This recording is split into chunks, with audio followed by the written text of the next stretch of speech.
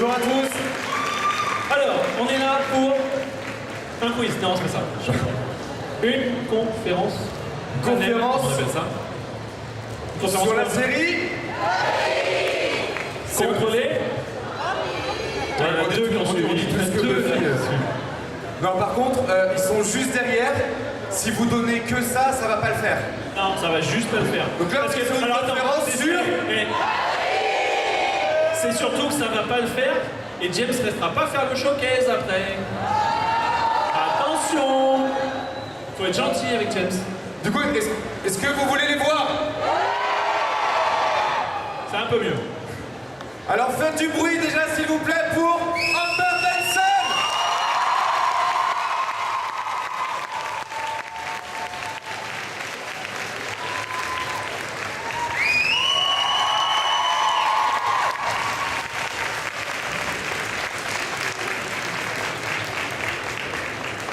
Anthony Stewart Head.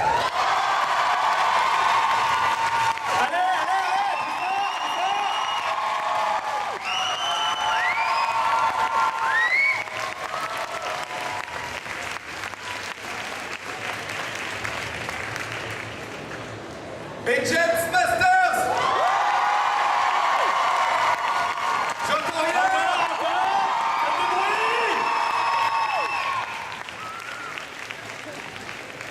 Et nous remercions bien évidemment notre chère accompagnatrice qui nous est envoyée, non par elle-même en fait.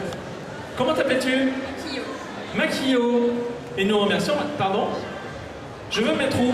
Mais je vais me mettre sur scène je pense. Voilà. Merci. Et puis on les applaudit tous bien fort et on applaudit notre essayeuse parce qu'elle est vraiment fabuleuse. Merci beaucoup. Allez, je me mets là. Alors, on commence avec les questions du public. Are you ready to answer some questions? Oh oh. Est-ce qu'on peut brancher Est-ce que les micros trois fonctionnent autres tous bien? micros, s'il vous plaît? Attends. Hello. Hello. Hey, Oh, there we yeah.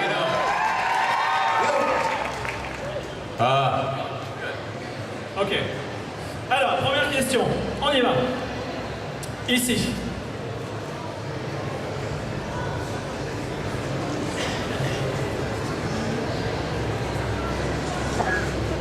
Et vous êtes maudits avec les micros aujourd'hui. Hein. Franchement.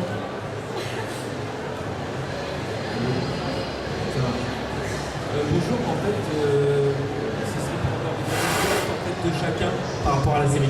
Alors, on commence parce qu'on n'avait pas de retour, excuse-moi. Tu disais Ce serait pour avoir une anecdote en fait par rapport à chacun. une petite anecdote sur la série qu'ils ont en mémoire. Donc, il y a eu un moment qu'ils ont gardé. This question is for the three of you. Do you have any fun facts to tell us about the show? Any funny stories or? You have to choose one, sadly. The guy that played the stuntman who was the other Spike, a man named Steve Tartaglia, came to Buffy from Hong Kong.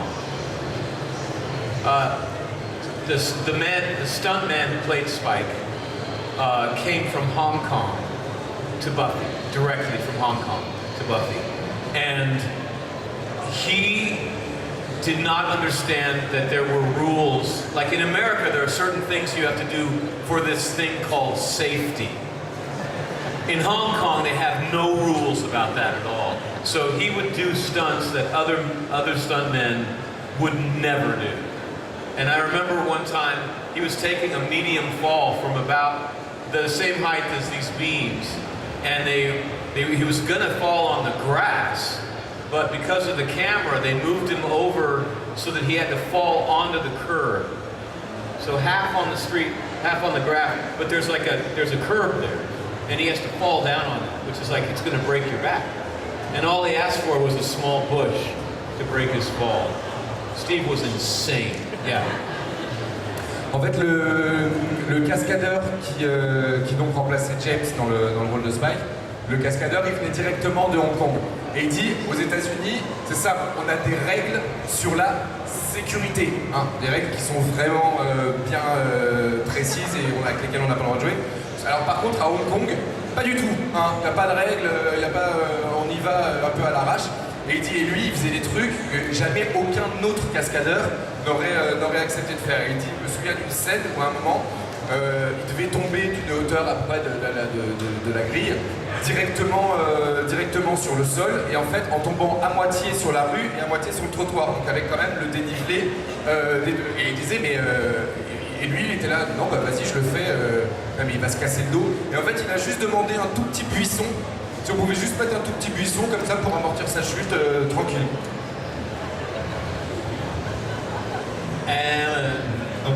Okay. No, go on.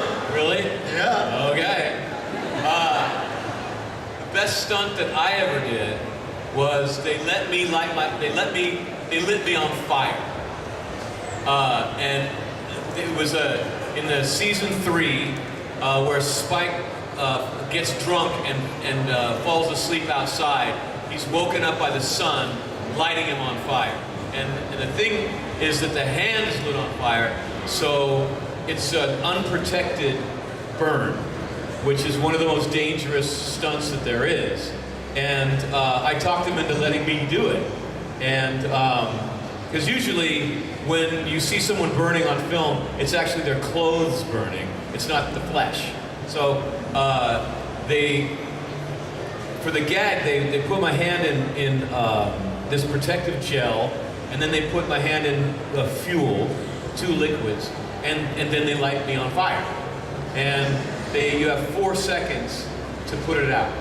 So I was an idiot, and I thought that it would be funnier if it burned longer.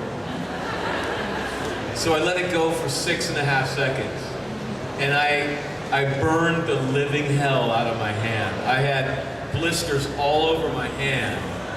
And I was only in that 1 episode of season 3, so that was the last shot. Like they saved that one for the end in case I killed myself, it was okay. And I remember thinking, if they find out how bad I blew this gag, they're never gonna let me do any more stunts again, because any idiot can do a stunt and go to the hospital. It actually takes some finesse to do a stunt and not hurt yourself. That's the whole point. So I remember like saying goodbye to everybody with my hand tucked, like, hi, and it's killing me. And I'm just get to the hospital, just drive to the hospital. Bye, Joss, thanks for a great year, you know, and so I didn't tell anybody until I tell you now. En fait, il y avait une cascade qu'il voulait absolument faire, il dit c'est dans la saison 3, le moment où, vous savez, il est complètement bourré, il s'endort à l'extérieur, et il se réveille, il est couché comme ça dehors, et c'est le soleil en fait qui le réveille en brûlant. Lui, il s'est dit, moi j'étais un peu idiot quand même sur ce coup-là, je me suis dit, moi j'ai vraiment envie de faire ma cascade, ça peut être sympa. En fait, en général, quand vous voyez quelqu'un prendre feu dans les films, c'est les vêtements qui prennent feu. Là, pour la peau, c'est plus compliqué. Il faut d'abord tremper dans un gel protecteur. Ensuite, du gel, on le passe dans l'essence et ensuite on allume. Par contre, pour que l'effet protecteur du gel dure, ça doit durer que 4 secondes. Si on fait plus, après, ça attaque. Et James s'est dit, non, mais attends, moi je veux quand même bien faire ma cascade et tout, je vais leur montrer, je vais essayer de le faire durer un peu plus longtemps. Et en fait, il a fait durer 6 secondes et demie. Donc, du coup, il s'est vraiment brûlé, il s'est archi mal. Il s'est retrouvé avec des cloques plein la main, etc. Et il dit, mais comme n'importe quel cascadeur, si tu te blesses, tu vas à l'hôpital et tout pour refaire. Il dit, moi, je voulais juste pas passer pour un idiot et rien dire. Et surtout, on m'aurait interdit de faire la suite de mes cascades si je voulais en refaire. Et donc, c'était mon dernier jour et je suis parti, genre sans rien dire à personne, la main dans le dos. Salut Joss, à bientôt, je douille. Et aux autres, amenez-moi à l'hôpital maintenant, s'il vous plaît. Il faut vraiment que j'aille à l'hôpital. Allez, salut, hein, à bientôt, hôpital maintenant.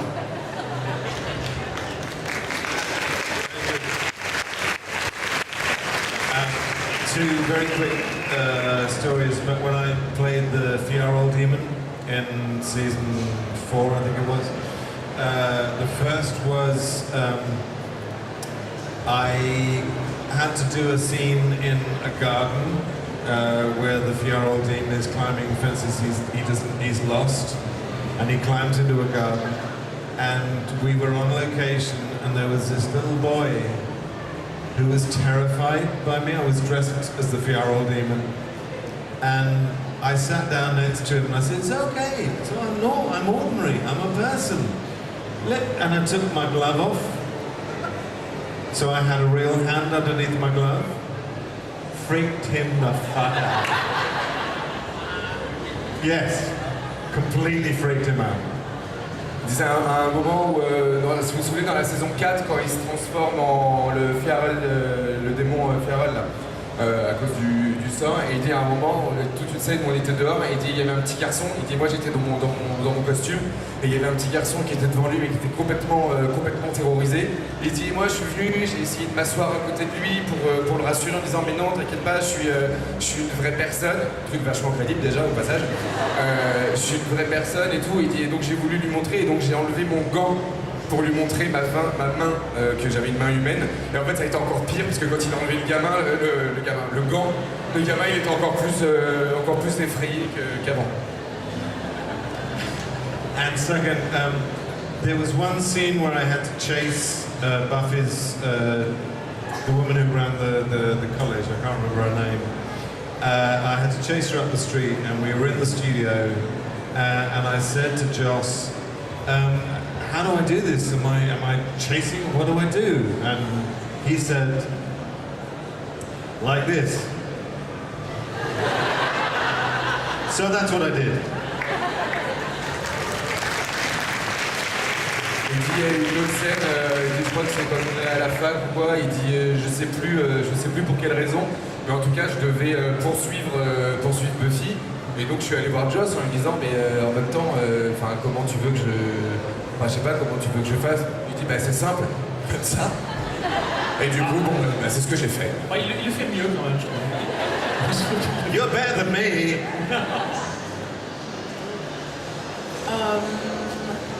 In the musical episode, Emma and I backup danced for Sarah in the bronze, and I danced off into a pole. You can see it on the episode. They left it in there. I thought I'd gotten away with it because no one said anything. And then I watched it. There I am. I walked right into a pole. Yeah, I literally just walked into it, danced off into the pole. Yeah, it's in the episode. You can see it. I'm all there. Dans la comédie musicale, il y a la scène dans le bronze où en fait il y a Sarah qui danse devant, et derrière il y a Emma et Amber qui sont en train de faire le backup. Elle dit on est en train de danser toutes les deux, etc. Et en fait à un moment elle s'est carrément mangé un poteau. Et elle dit moi personne n'a rien dit, donc je me suis dit c'est bon, c'est passé inaperçu. Et en fait si vous regardez l'épisode, ils ont laissé la scène dans l'épisode, donc vous pouvez la voir en train de danser, etc. Et bam, elle se mange le truc.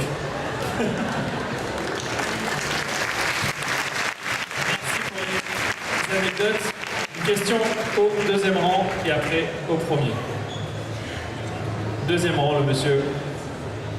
Allez, lève-toi, tu vas être obligé de te lever. Ça va faire mal aux oreilles. I attend in English, so sorry. Ah, c'est pour ça que ça fait mal aux oreilles? Ouais. Ah. In a few months, maybe there is a reboot of Buffy. I want to know your comment dire, votre avis, C'est ça. On remercie le diplômé des gendarmes. Yes, and I intend to speak in English. Can you speak a little French for us? So basically, the part he said in French is, what do you think about Buffy's reboot? First of all, je t'aime.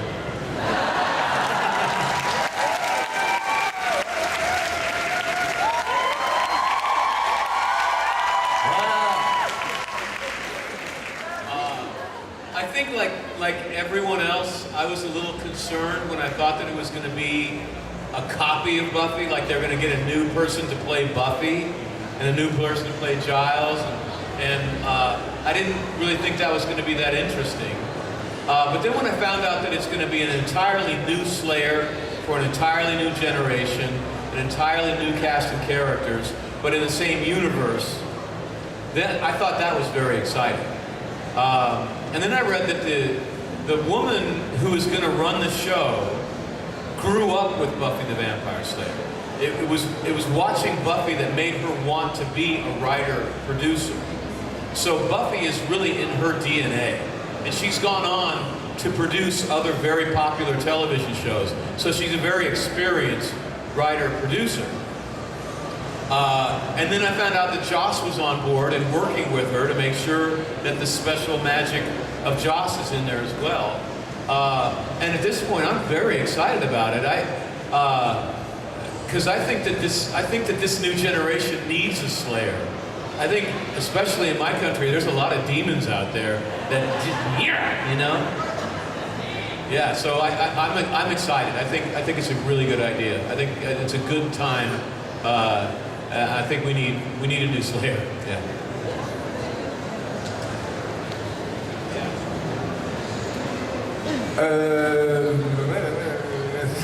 Désolé, je refais le truc.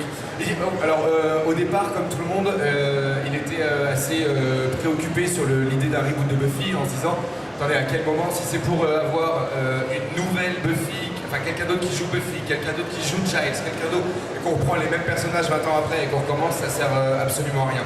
Il dit en fait, quand il a découvert que ça allait être vraiment une nouvelle tueuse avec tout un nouveau groupe de personnages, etc. Déjà là c'est déjà plus rassurant parce que c'est vraiment le côté une autre génération avec une autre histoire. Et surtout la scénariste et productrice du reboot, c'est une femme qui a grandi avec Buffy, qui était fan de Buffy, et c'est la série Buffy elle-même qui lui a donné envie de devenir scénariste et productrice. Donc ça fait partie de son ADN, la série. Et surtout quand il a appris qu'après Joss Whedon allait rejoindre le projet, là il s'est dit ok, bon il y a des chances que ça donne quelque chose de bien. Je t'aime aussi. Je vais Paris, j'aime beaucoup France et je déteste Brexit.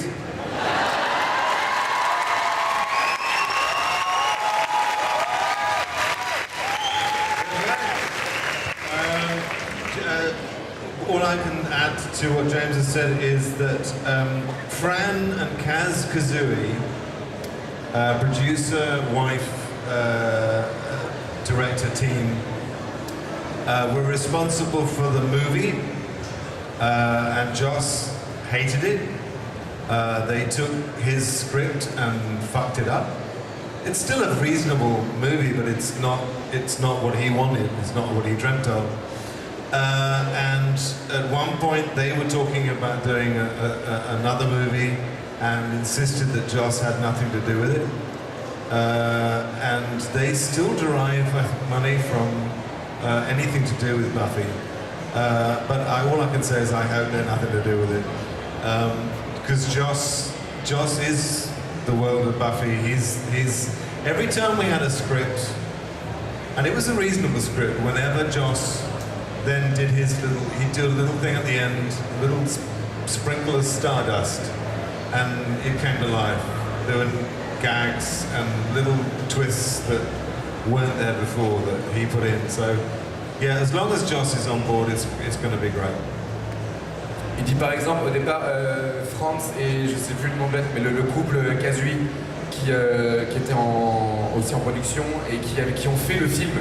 Qui avait fait le premier film où en fait ils ont piqué le script de Joss, ils l'ont pris, ils ont fait un truc qui est pourri, merci. J'essaie de rester poli en disant il y a des mineurs, merde, mince, qu'est-ce que je peux... Voilà, donc qui était pourri, pardon, qui était complètement pourri et voilà, donc c'était difficile, c'est difficile et heureusement après tout ce qui a fait après de Buffy, ce que c'est devenu, c'est grâce à Joss Whedon quand il est revenu. Il dit à chaque retournement, chaque situation twist c'est retournement, mais chaque chose qui rendait Buffy belle ou qui disait c'est de la poussière d'étoiles, ça c'est grâce à Joss. Donc à partir du moment où dans le reboot on sait qu'il y a Joss, encore pareil, ça devrait donner quelque chose de bien.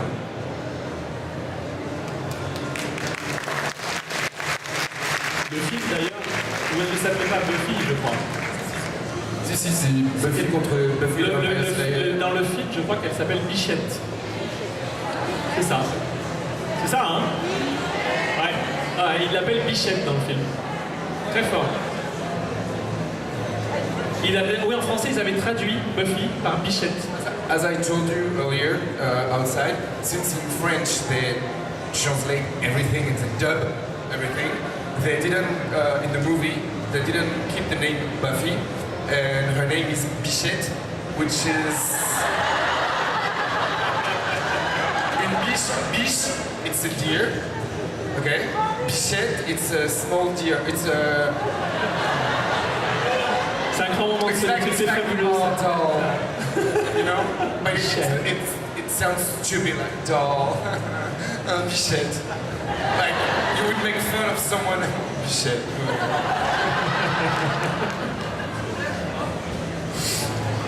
In English, Buffy is the same thing. Yes. Only an idiot is named Buffy. Really? Buffy, it doesn't mean like polish something. It's to buff something. Buff something. No, it's the name of an entitled, spoiled, stupid high school girl. Buffy. That's why he chose it. He's tempting people to make fun of her. And then so she can prove them wrong. Oh god, en fait, Buffy en anglais, c'est vraiment pour catégoriser la pain-bêche égoïste, gâtée, stupide du lycée. D'ailleurs, celle qu'on a tous détestée parce que voilà. Et il dit en fait c'était un choix de l'appeler Buffy pour que tout le monde la voit comme ça. Et en fait avec le temps de prouver que ils ont tort de la catégoriser de cette manière-là. His whole concept was the girl in the horror movie that falls over first, the blonde kind of oh no thing. That's the one that saves the world. En fait, tout le projet de Joss, c'était de montrer que, dans les films d'horreur, la blonde écervelée qui va être la première à mourir dans un film d'horreur, qui va être en mode morte, finalement, là, dans la série, c'est elle qui va finir par sauver le monde.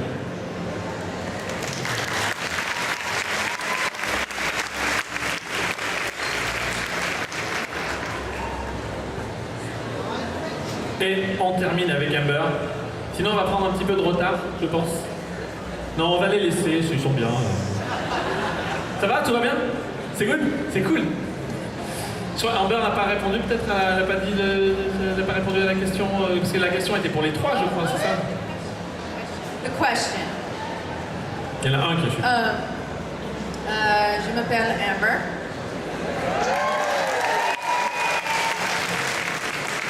Ça va? Ça va? Merci. Et on dit merci, on dit de rien. Ah, merci. Okay. I appreciate that.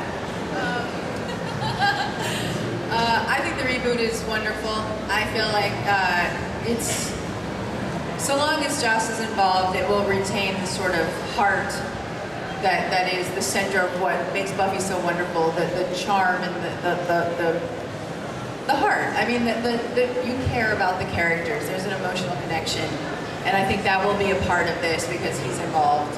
And I love the idea of the diverse cast. And I think we need it. I think we're in a very divisive time in this world, as you were referencing Brexit.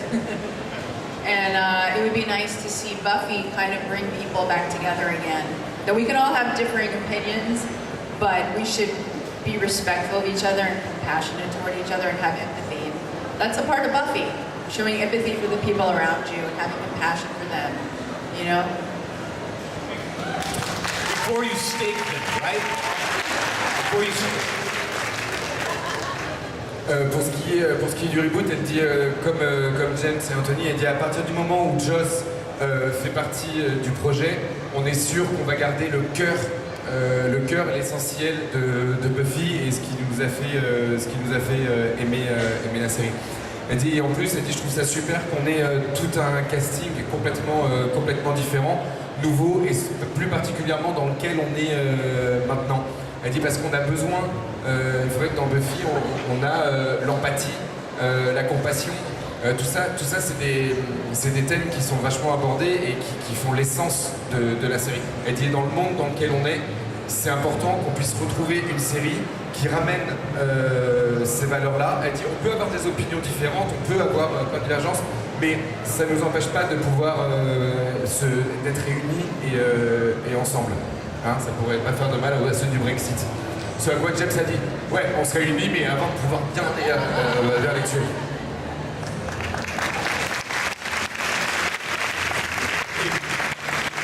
Malheureusement, on a complètement cramé notre timing, c'est un truc de fou. On est obligé déjà de terminer cette conférence si on veut pas prendre trop de retard.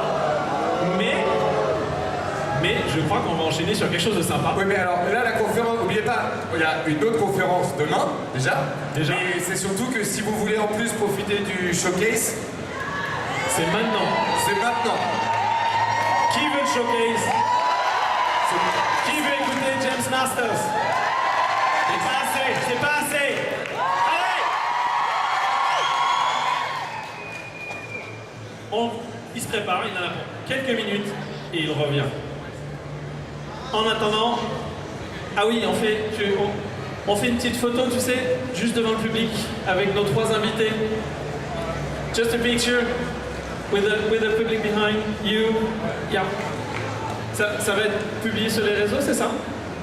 Ça va être quoi? Alors, est-ce qu'on peut avoir tout le monde debout, s'il Sur vous plaît? tous les réseaux, si vous voulez être sur tous les réseaux sociaux de Paris Manga et Sci-Fi Show avec nos invités,